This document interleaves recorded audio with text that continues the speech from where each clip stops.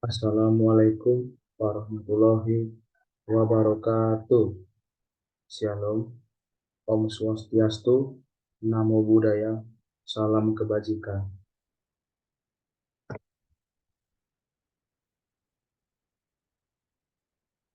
Baiklah, di sini izinkan saya terlebih dahulu memperkenalkan diri saya terlebih dahulu. Perkenalkan, nama saya Yosua Apriando Sialagan. NIM saya B1B1222001. Saya dari program studi Ilmu Pemerintahan Fakultas Hukum Universitas Jambi. Di sini saya eh, akan menjelaskan sebuah materi terkait dengan adanya tugas UTS dari mata kuliah Pemerintahan Nasional dengan dosen pengampu Bapak Alfa Beriansa SIP MIP. Di sini materi yang akan saya jelaskan yaitu topiknya teori-teori yang mempengaruhi sistem pemerintahan negara, di mana teori-teori yang mempengaruhi sistem pemerintahan negara tersebut ada 6. Yang pertama yaitu teori pemisahan kekuasaan, kedua teori demokrasi, ketiga teori negara berdasarkan atas hukum, empat teori negara berkonstitusional, lima ajaran negara kesejahteraan, dan yang keenam ajaran sistem pemerintahan. Baik, di sini saya akan langsung menjelaskan secara langsung materi yang pertama yaitu bagaimana sejarah munculnya teori pemisahan kekuasaan.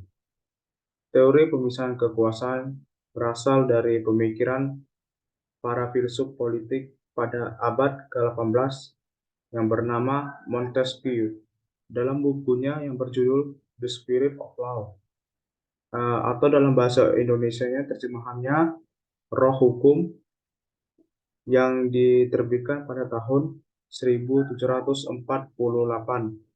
Montesquieu menyarankan bahwa kekuasaan negara harus dibagi menjadi 3 cabang, di mana 3 cabang itu yaitu legislatif, eksekutif, yudikatif.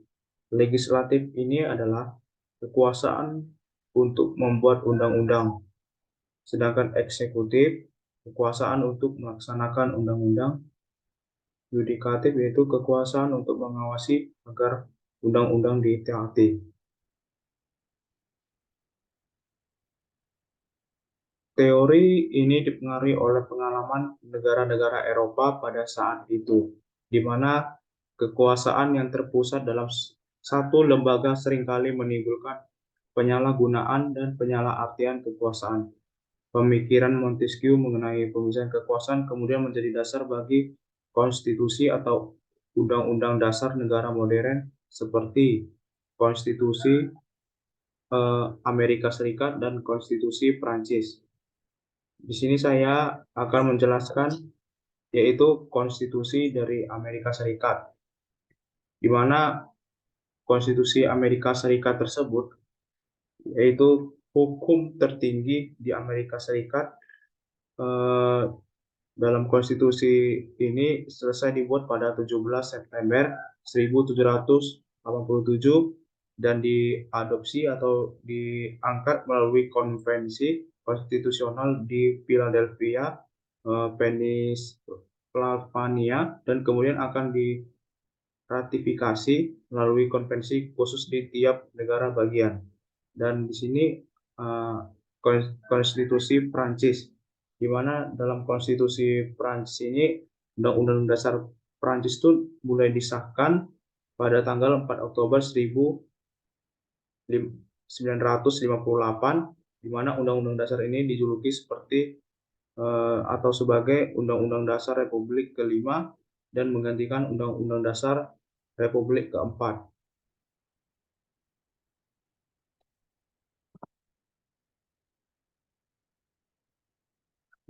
Di Amerika Serikat, konstitusi dibuat berdasarkan prinsip Montesquieu, di mana cabang legislatif, eksekutif, dan yudikatif memiliki kekuasaan yang seimbang, saling mengawasi, ya, dan saling mengimbangi. Pengertian dari kekuasaan yang seimbang ini, kekuasaan yang seimbang itu ya, adalah konsep di mana kekuasaan dalam suatu sistem atau masyarakat dibagi secara adil dan seimbang di antara berbagai pihak atau kelompok yang berbeda. Sedangkan untuk saling mengawasi ini, eh, saling memperhatikan atau memantau satu sama lain. Saling mengawasi ini juga dapat membantu meningkatkan akuntabilitas atau pertanggungjawaban dan memastikan bahwa tujuan yang diinginkan dapat dicapai. Saling mengimbangi ini tuh pengertiannya itu yang berarti saling menyeimbangkan antara satu dengan yang lain.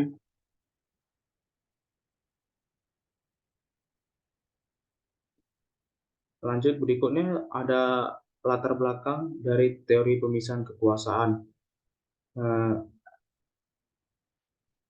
Teori pemisahan kekuasaan atau separation of powers teori adalah konsep yang berasal dari pemikiran filsuf Prancis pada abad ke-18. Montesquieu Montesquieu percaya bahwa pemerintahan yang baik adalah pemerintahan yang memiliki tiga cabang kekuasaan yang berbeda, yaitu kekuasaan legislatif, eksekutif, dan yudikatif. Menurut Montesquieu, pembagian kekuasaan ini penting untuk mencegah penyalahgunaan kekuasaan, mencegah penggunaan kekuasaan secara sewenang-wenang oleh pemerintah. Teori pemisahan kekuasaan telah menjadi dasar dalam banyak sistem pemerintahan modern di seluruh dunia, termasuk Amerika Serikat, Inggris, dan Prancis.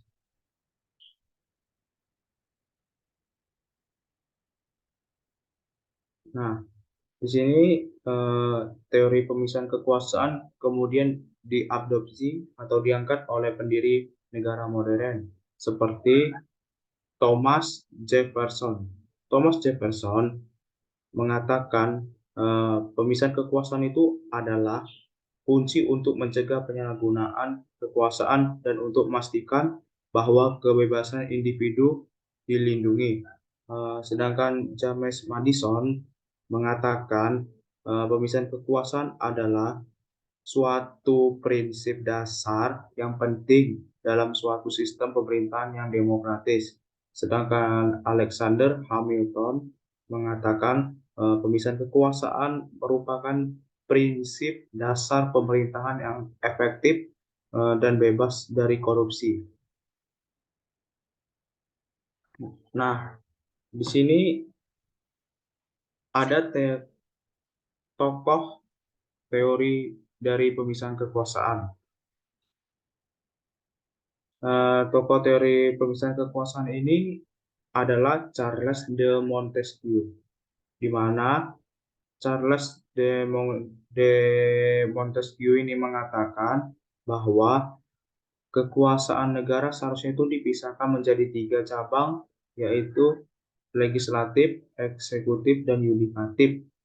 Pemisahan kekuasaan ini penting dikarenakan dapat mencegah penyalahgunaan kekuasaan oleh satu cabang pemerintah yang dapat menyebabkan tirani atau kekuasaan absolut. Nah, ini ada penjelasan tentang teori pemisahan kekuasaan. Teori pemisahan kekuasaan adalah konsep dasar dalam sistem pemerintahan yang demokratis. Teori ini menyatakan bahwa kekuasaan pemerintahan harus dipisahkan menjadi tiga cabang ya, yang berbeda, yaitu kekuasaan legislatif, kekuasaan eksekutif, kekuasaan yudikatif.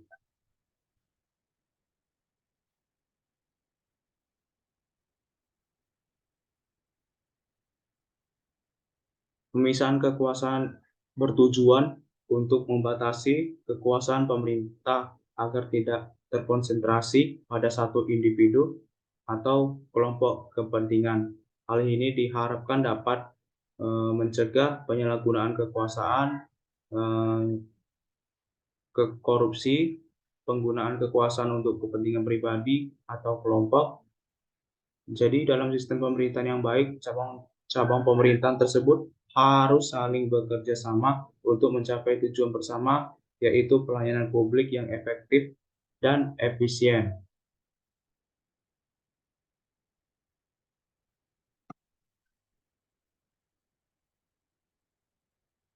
Lanjut, materi yang kedua yaitu mengenai teori demokrasi.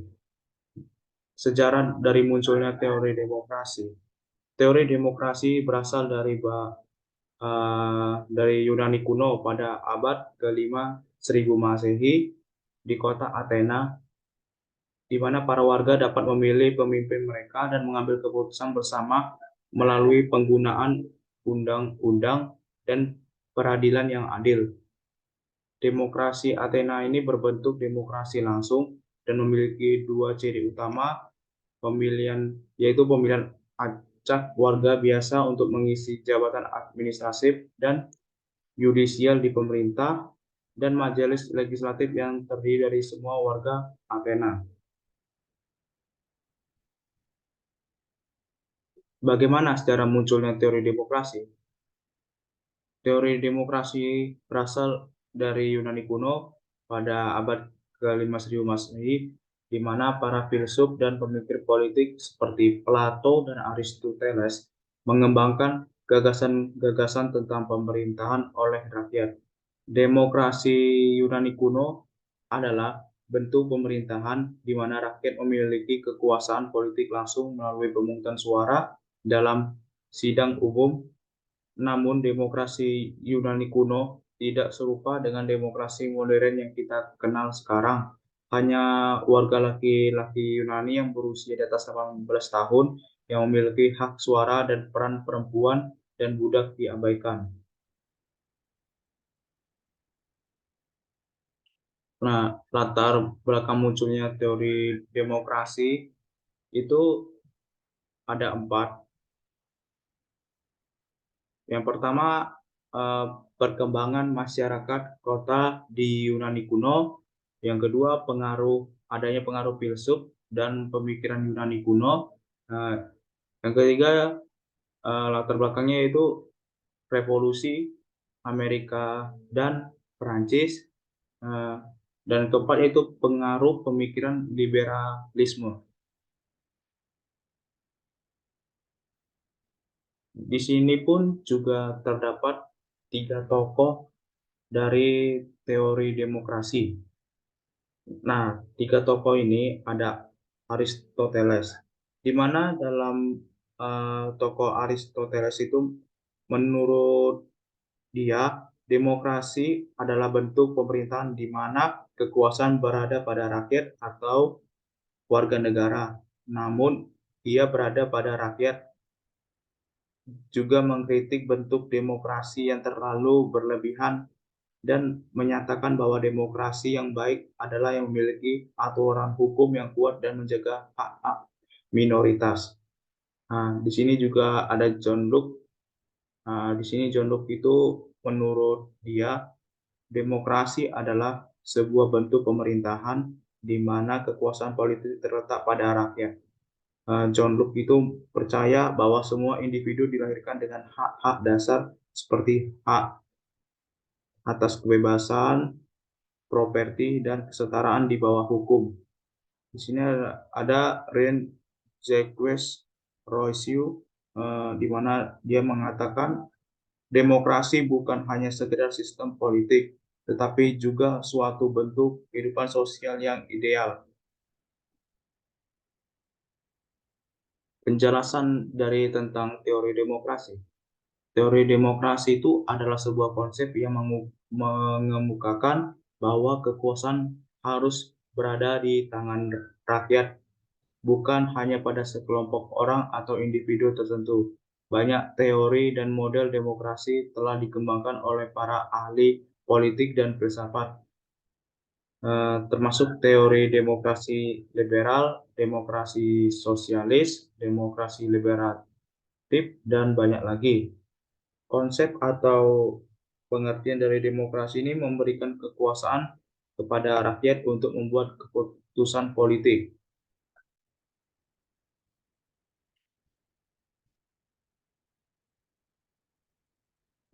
Penjelasan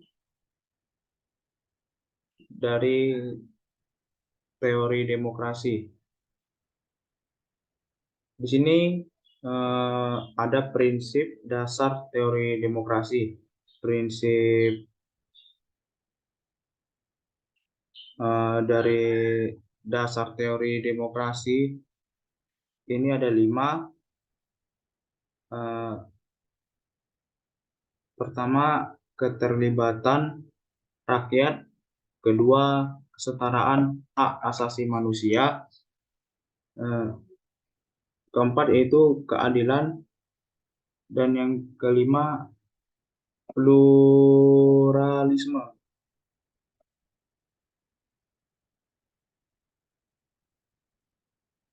Nah, lanjut, materi berikutnya yaitu mengenai sejarah munculnya teori negara berdasarkan atas hukum.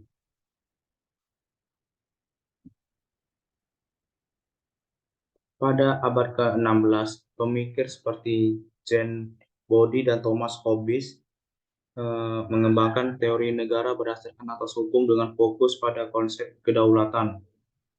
Eh, Pada abad ke-17, pemikir John Locke mengembangkan konsep negara berdasarkan atas hukum dengan menekankan hak-hak asasi manusia dan kebebasan individual. Pada abad ke-19, pemikir seperti Jeremy Bentham dan John Stuart Mill memperkuat konsep negara berdasarkan atas hukum dengan menekankan prinsip keadilan dan kemanusiaan dalam masyarakat. Latar belakang munculnya teori negara berdasarkan atas hukum itu sejak zaman kuno, terutama Yunani kuno, di mana hukum disebut sebagai isonomia, dan zaman Romawi hukum disebut lis civile, di mana pengertian dari isonomia ini adalah bahwa semua warga negara harus diperlakukan sama di depan hukum tanpa memandang latar belakang sosial, ekonomi, ras, agama, atau jenis kelamin mereka. Sedangkan lis civile ini eh, dikenal tuh sebagai hukum sipil atau hukum perdata, yaitu cabang hukum yang mengatur hubungan antara individu dalam masyarakat sipil. Di sini pun juga terdapat 3 tokoh dari teori negara berdasarkan atas hukum, di mana tokoh ini ada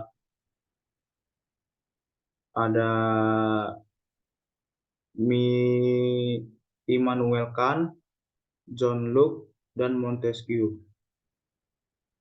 Immanuel Kant ini, menurut dia, eh, teori negara berdasarkan atas hukum itu eh, didirikan harus didirikan berdasarkan atas prinsip-prinsip hukum yang adil dan universal. Menurut Kandi juga, negara ideal harus didirikan berdasarkan atas 3 prinsip utama, yaitu adanya kebebasan, kesetaraan, dan otonomi. Sedangkan John Locke, menurut dia, teori negara berdasarkan atas hukum ini, eh, negara yang baik harus didasarkan pada hukum, dan hukum harus diatur untuk melindungi hak-hak individu. Menurut Locke ini juga, setiap individu itu memiliki hak alami untuk hidup, kebebasan, dan kepemilikan. Nah, sini juga Montesquieu, menurut dia tuh teori negara berdasarkan atas hukum itu suatu negara yang baik harus memiliki tiga kekuasaan yang terpisah, di mana kekuasaan ini ada kekuasaan legislatif, eksekutif, dan yudikatif. Nah, di sini penjelasan tentang teori negara berdasarkan atas hukum. Teori negara berdasarkan atas hukum atau bahasanya itu rule of law adalah suatu konsep hukum yang menyatakan bahwa setiap orang, termasuk pemerintah, harus tunduk pada hukum yang sama dan tidak ada yang dikecualikan. Pengertian dari hukum ini yaitu sebagai pilar atau tujuan utama dalam sistem politik dan pemerintahan, sedangkan negara ini adalah sebagai pihak yang harus memastikan bahwa hukum ditegakkan dan dijalankan dengan benar.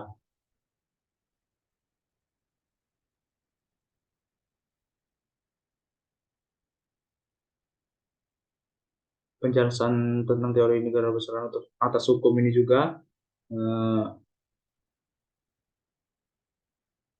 pertama, kedua hukum harus jelas dan dapat diakses oleh semua orang tanpa ada yang dikecualikan. Nah, kedua hukum harus jelas dan dapat diakses oleh semua orang. Ketiga, eh, hukum harus memastikan hak asasi manusia itu dilindungi dan negara harus bertanggung jawab jika hak asasi manusia dilanggar. Nah, yang keempat ini, keputusan hukum harus dibuat secara independen, tidak bergantung pada pihak atau organisasi lain, dan adil oleh lembaga yudikatif yang mandiri. Teori negara berdasarkan atas hukum juga menekankan pentingnya pemisahan kekuasaan dalam sistem politik dan pemerintahan, yaitu eksekutif, legislatif, dan yudikatif.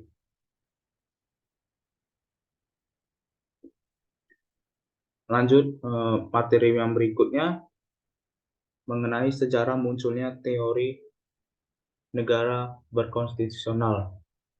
Sejarah perkembangan negara-negara Eropa pada abad ke-17, pada masa itu banyak negara Eropa mengalami perang saudara dan konflik antara monarki dan parlemen atau lembaga rakyat, dan konsep negara berkonstitusional pertama kali diterapkan di Inggris melalui dokumen konstitusi Undang-Undang Dasar tertulis seperti Magna Carta pada tahun 1215 yang memberikan hak-hak dasar bagi rakyat dan membatasi kekuasaan raja. Pada abad ke-17, konsep atau pengertian ini diperkuat oleh Perang Saudara Inggris yang berakhir dengan mengembangkan kekuasaan raja dan membentuk sistem pemerintahan yang berbasis parlemen. Latar belakang munculnya teori negara berkonstitusional, eh, adanya respon terhadap praktik pemerintahan absolut dan kekuasaan mutlak monarki di Eropa pada abad ke-17. Pandangan ini juga menimbulkan konflik atau pertentangan dan ketidakpuasan di kalangan rakyat dan pihak oposisi. Mereka meminta untuk memiliki kontrol yang lebih besar terhadap pemerintahan dan keputusan politik. Dalam hal ini, teori berkonstitusional menawarkan konsep yang mengakomodasi keinginan rakyat tersebut. Dalam teori negara berkonstitusional itu ada tiga tokoh. Yang pertama, tokohnya itu John Marshall. John Marshall ini, menurut pendapatnya, teori negara berkonstitusional yaitu negara yang tunduk pada hukum konstitusi dan pemerintahannya diketahui oleh prinsip yang ditetapkan dalam konstitusi. Sedangkan John Locke itu dalam teori negara berkonstitusional, dia mengatakan pandangan politik yang mengungkapkan bahwa pemerintahan yang baik itu harus didasarkan pada sebuah konstitusi yang menjamin hak-hak individu, termasuk hak atas kebebasan, hak atas properti, dan hak untuk memilih pemerintahan. Teori negara berkonstitusional menurut John Locke juga merupakan landasan teoritis penting bagi perkembangan konstitusionalisme modern dan menjadi salah satu konsep yang mempengaruhi lahirnya konstitusi Amerika Serikat. Ini juga ada Montesquieu, di mana Montesquieu ini menjelaskan teori negara berkonstitusional ini juga dikenal sebagai pemerintahan trias politika, adalah konsep yang menyatakan bahwa kekuasaan pemerintahan harus dibagi menjadi 3 cabang yang terpisah dan saling mengawasi, di antaranya yaitu legislatif, eksekutif, dan yudikatif.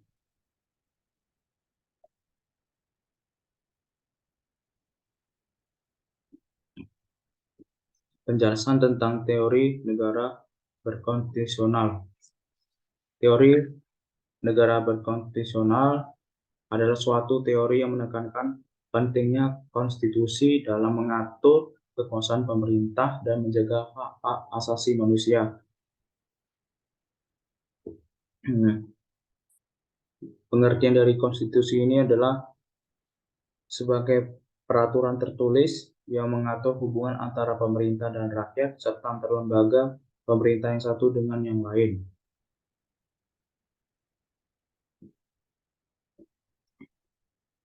Teori negara berkonstitusional mencakup 3, yaitu kekuasaan pemerintahan harus dibatasi dan diatur oleh konstitusi. Konstitusi juga harus memberikan perlindungan terhadap hak asasi manusia dan kebebasan individu, menekankan pentingnya pemisahan kekuasaan, separation of power, dalam sistem pemerintahan dibagi menjadi beberapa cabang seperti kekuasaan legislatif, eksekutif, dan yudikatif.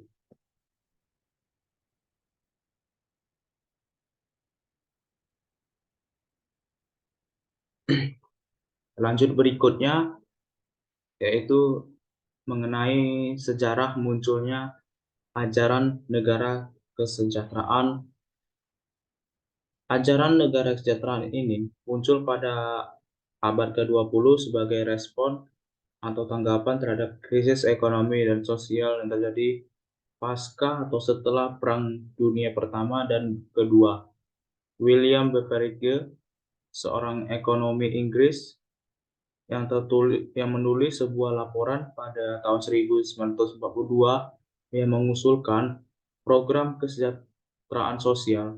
Program ini kemudian diadopsi oleh pemerintah Inggris dan menjadi cikal bakal dari sistem negara kesejahteraan. Ajaran negara kesejahteraan ini kemudian berkembang pesat di Eropa dan Amerika Utara pada tahun 1950-an dan 1960-an. Program kesejahteraan sosial diimplementasikan atau dilaksanakan dalam bentuk bantuan sosial dan program lain yang disediakan oleh pemerintah federal.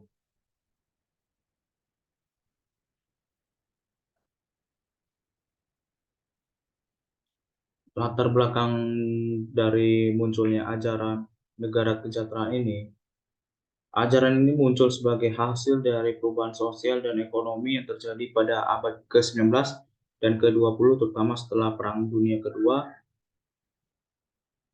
Pada masa itu terjadi ketidakadilan sosial yang cukup besar, terutama terkait kesenjangan ekonomi antara kaum borjuis dan kaum pekerja.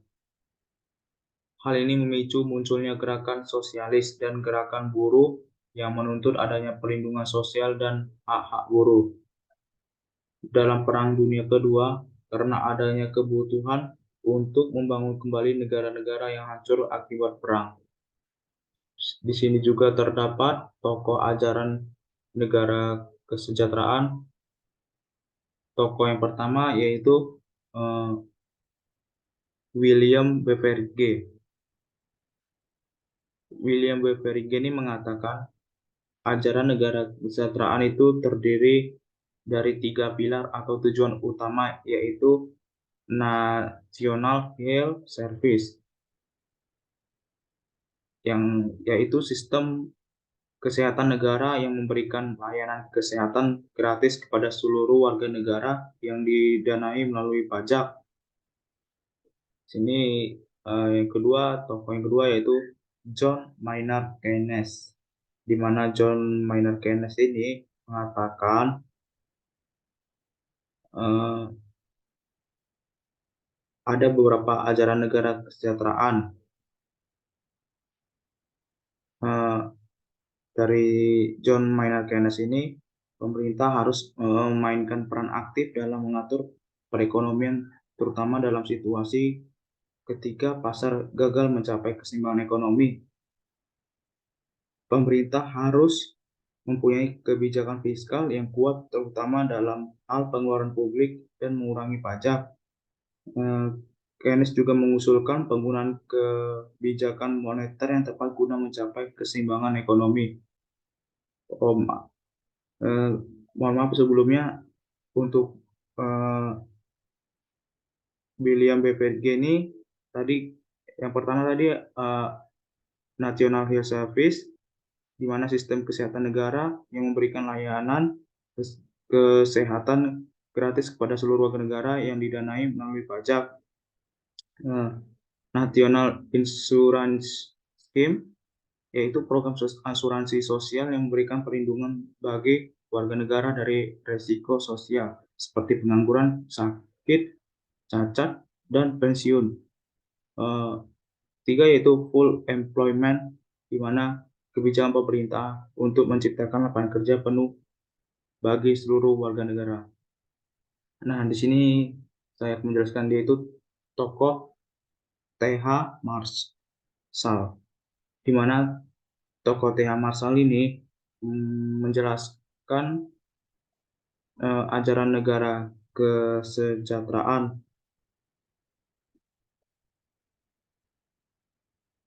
di mana tokoh TH Marshall ini ada tiga elemen penting dalam konsep ajaran negara kesejahteraan, di mana elemen itu yaitu citizenship atau kewarganegaraan, social right atau hak-hak asasi sosial, dan distribution of wealth, artinya itu distribusi kekayaan.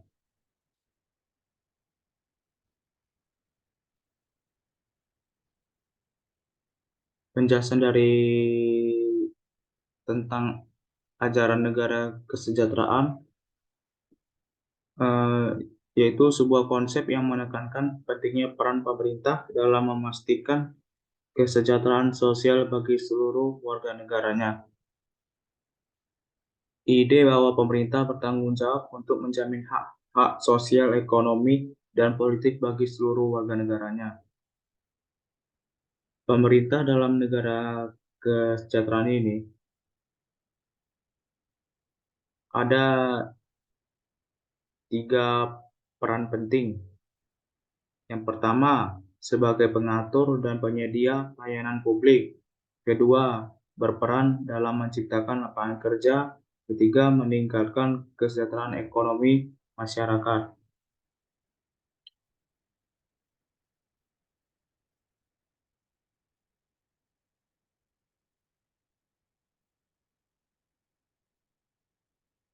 Lanjut, materi yang berikutnya yaitu mengenai sejarah munculnya ajaran sistem pemerintahan.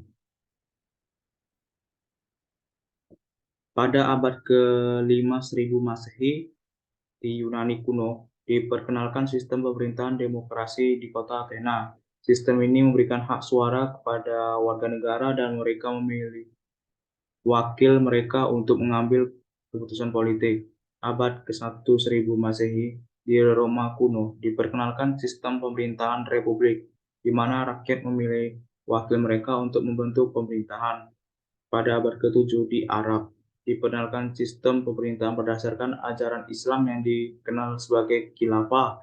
Sistem ini memberikan kekuasaan pada pemimpin Muslim yang dipilih oleh masyarakat untuk memimpin dan menyelesaikan masalah politik.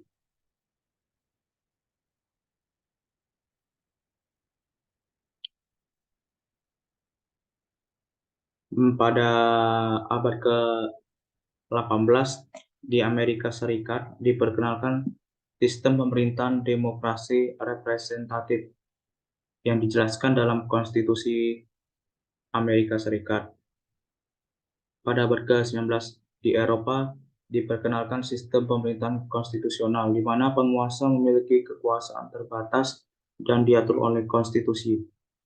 Pada abad ke-20, sistem pemerintahan berkembang dan berubah secara dramatis selama abad ke-20, seperti munculnya otoritarianisme, komunisme, dan demokrasi liberal.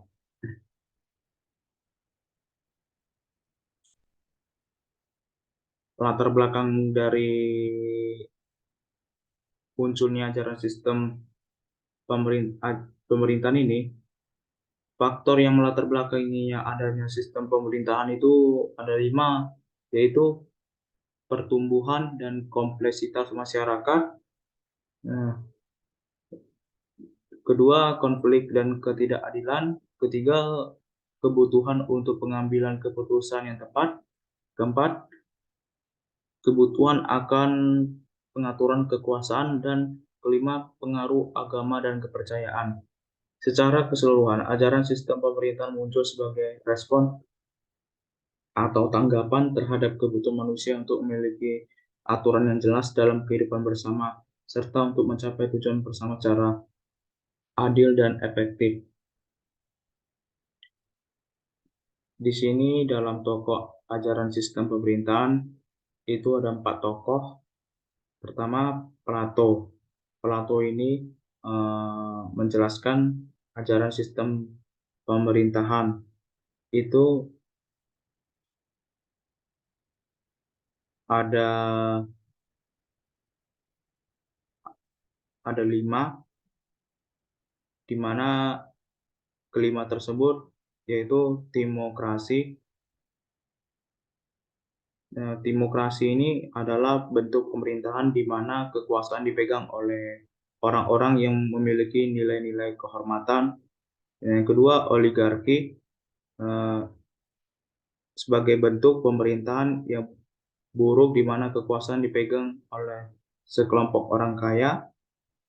Yang ketiga yaitu demokrasi adalah bentuk pemerintahan di mana kekuasaan dipegang oleh rakyat. Keempat, aristokrasi, bentuk pemerintahan yang ideal di mana kekuasaan dipegang oleh sekelompok kecil orang bijak dan terdidik.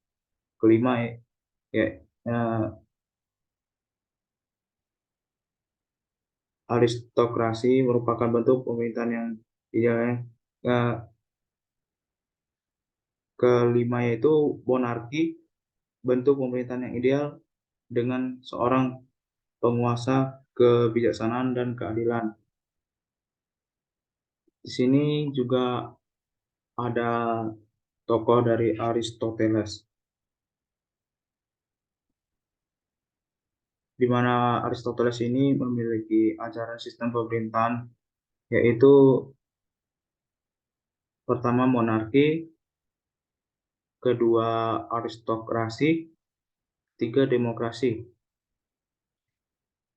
Lanjut tokoh yang keempat ini, Karl Marx ini memiliki beberapa ajaran sistem pemerintahan, yaitu sistem pemerintahan komunis, penghapusan kelas sosial, kepemimpinan kolektif, penghapusan pasar bebas, penghapusan negara. Tokoh yang keempat dari Max Weber memiliki ajaran sistem pemerintahan, antara lain ajarannya yaitu birokrasi, otoritas, pemisahan kekuasaan, etika kerja, dan hukum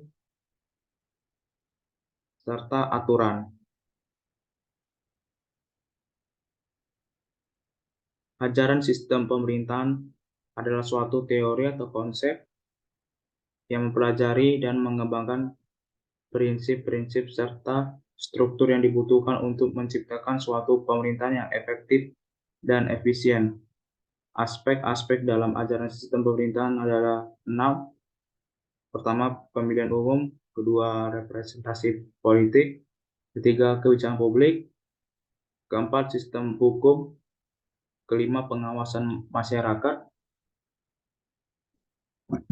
Dan yang keenam, partisipasi politik.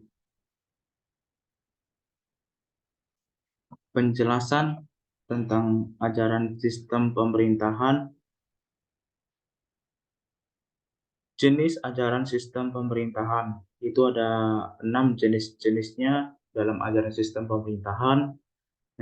Pertama, demokrasi. Demokrasi itu sebuah bentuk pemerintahan di mana kekuasaan itu berada di tangan rakyat. Dalam sistem demokrasi, rakyat harus memiliki hak untuk memilih dan dipilih, serta memiliki kebebasan untuk mengeluarkan pendapat dan berekspresi. Kedua, monarki. Monarki ini adalah bentuk pemerintahan di mana kekuasaan tertinggi dalam suatu negara dipegang oleh seorang raja atau ratu, dan terdapat juga dua jenis monarki, yaitu monarki konstitusional dan monarki absolut.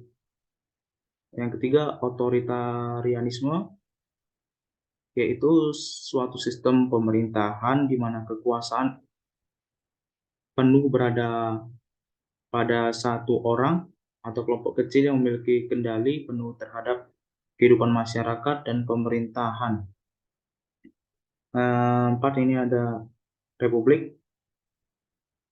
Republik ini adalah sebuah bentuk sistem pemerintahan di mana kepala negara dipilih oleh rakyat dan wakil-wakil rakyat untuk jangka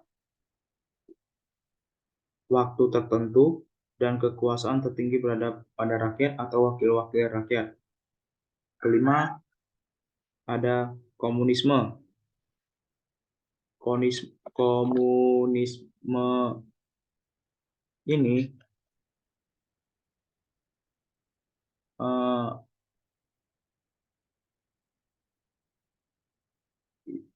apa yang bisa diartikan sebagai ajaran yang saling menentang. Intinya itu selalu ada pertentangan dalam sistem pemerintahan komunisme.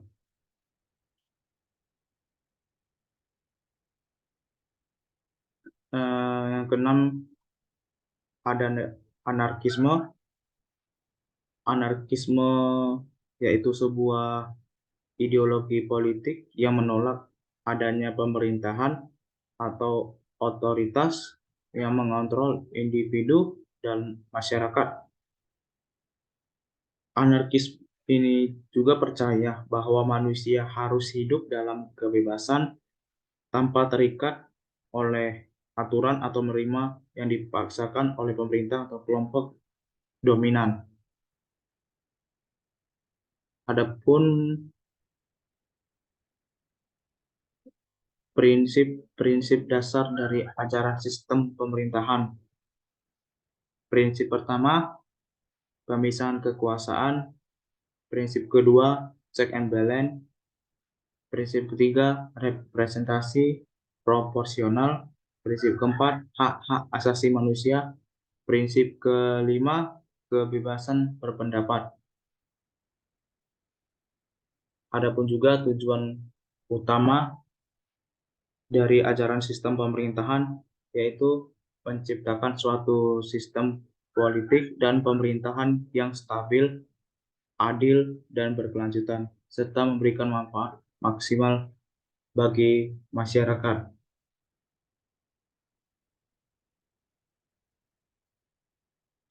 Baik, mungkin hanya cukup sekian yang bisa saya jelaskan dari sekian banyak materi. Mungkin hanya itu yang bisa saya sampaikan dari pemaparan itu mengenai teori sistem pemerintahan negara. Kurang lebihnya saya mohon maaf apabila ada kesalahan-kesalahan dalam penjelasan saya. Mungkin hanya itu yang bisa saya sampaikan. Saya akhiri, terima kasih.